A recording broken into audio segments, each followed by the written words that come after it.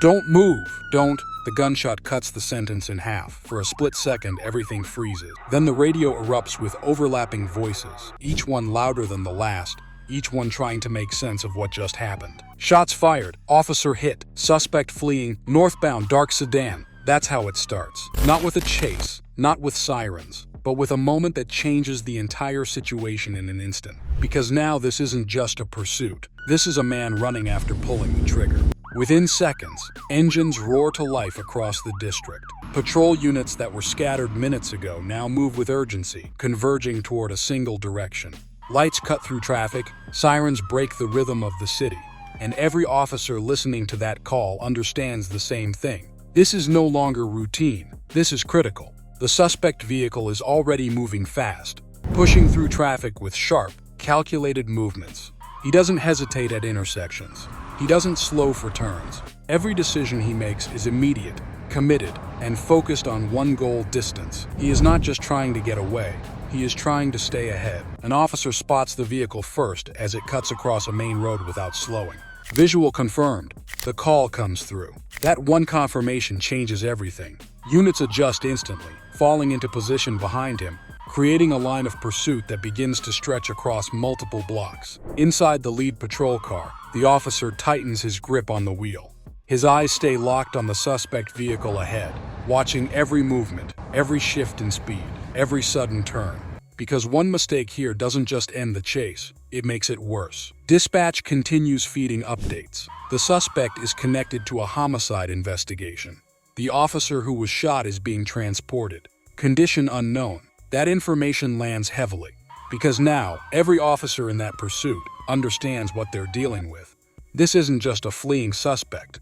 This is someone who has already crossed a line. The suspect takes a sharp turn into a tighter street, forcing the units behind him to react instantly. Tires grip hard against the pavement as officers follow, maintaining control while keeping pace. The gap between them stays just wide enough to avoid collision, but close enough to keep pressure on him. He accelerates again, not recklessly, deliberately. That's what makes it more dangerous, because he isn't panicking, he's thinking. The road ahead opens briefly, and he uses it. The engine pushes harder, the vehicle gaining speed as he threads through traffic with precision. Other drivers react late, braking suddenly, swerving out of the way, creating a chain of near misses that ripple across the street. Behind him, officers hold formation. No one rushes, no one overcommits, because in a pursuit like this, control matters more than speed. A supervisor's voice cuts through the radio, steady and direct. Units, hold distance. Air support en route. Set containment. That changes the strategy. This is no longer about catching him from behind. It's about closing the space ahead.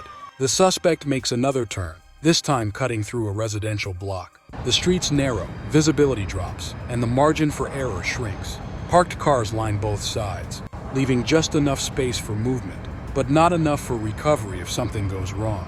And something almost does. A vehicle pulls out unexpectedly from a side driveway.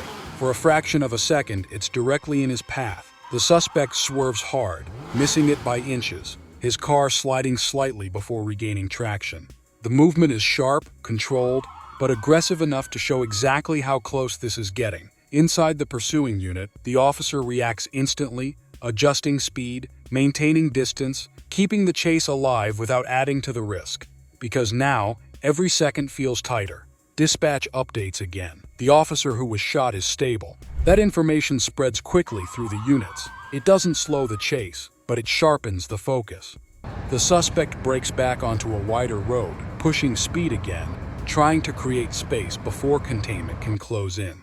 But by now, units are already ahead of him, positioning themselves at key intersections, preparing to cut off his options. He doesn't know exactly where they are, but he knows they're coming. He takes another turn, then another, each one faster than the last, each one reducing his options. And this is where the pressure starts to shift, because for the first time, he's not just running, he's being directed. Ahead, 2 units move into position, blocking one possible route. Another unit takes a side street, sealing off another exit. The pattern tightens, slowly, methodically, without forcing a direct confrontation too early. The suspect sees it. He has to, because his movements change. Less confident, more reactive. He accelerates again, pushing harder than before. trying to break through before the net closes completely. But the space is gone. He enters a stretch of road with limited exits, bordered by barriers and tight corners. It's a decision made in speed, not strategy, and it costs him. The lead unit ahead moves into position, lights flashing, blocking the path forward. Behind him, the pursuing units close the distance. For a moment, everything compresses into a single line of movement. Forward is blocked. Backward is closing. The suspect pushes forward anyway. His vehicle clips the edge of the curb. The impact small but enough to disrupt control. The car shifts, tires lose grip for a fraction of a second, and that fraction is all it takes. Units move in fast, controlled, precise. Stop the vehicle. Stop now. Commands echo through the scene as officers position themselves, creating distance, maintaining control, and preparing for what comes next, because this is the most dangerous moment, not the chase, the stop. The engine revs once more, then cuts. The door opens slowly. The suspect steps out, hands not fully raised, not fully lowered, somewhere in between. Every officer watching sees it. Every officer reacts. Hands up, now. There's a pause, a long one, because this is where it could go either way.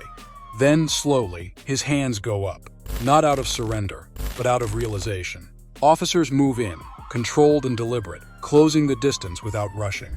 The suspect is secured, brought to the ground, and taken into custody without further escalation. And just like that, the chase ends. But the situation doesn't, because what led to this moment is still unfolding.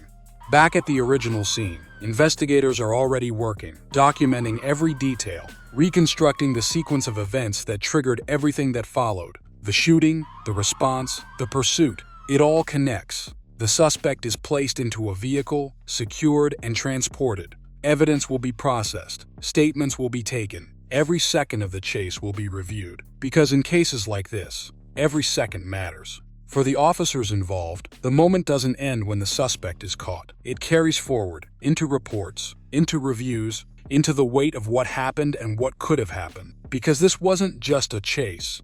It was a response to violence. It was a pursuit of someone who had already crossed a line. And it was a situation where every decision had consequences. Looking back, there are moments that stand out. The near collision, the tightening streets, the shift from open pursuit to controlled containment. Each one could have changed the outcome, but they didn't, because the response stayed controlled, focused, coordinated. And that's what brought it to an end. Not speed, not force, control. Because in situations like this, the goal isn't just to catch the suspect. It's to end it without making it worse. And this time, that's exactly what happened. But it started with a single moment, a gunshot. And everything that followed was a response to that.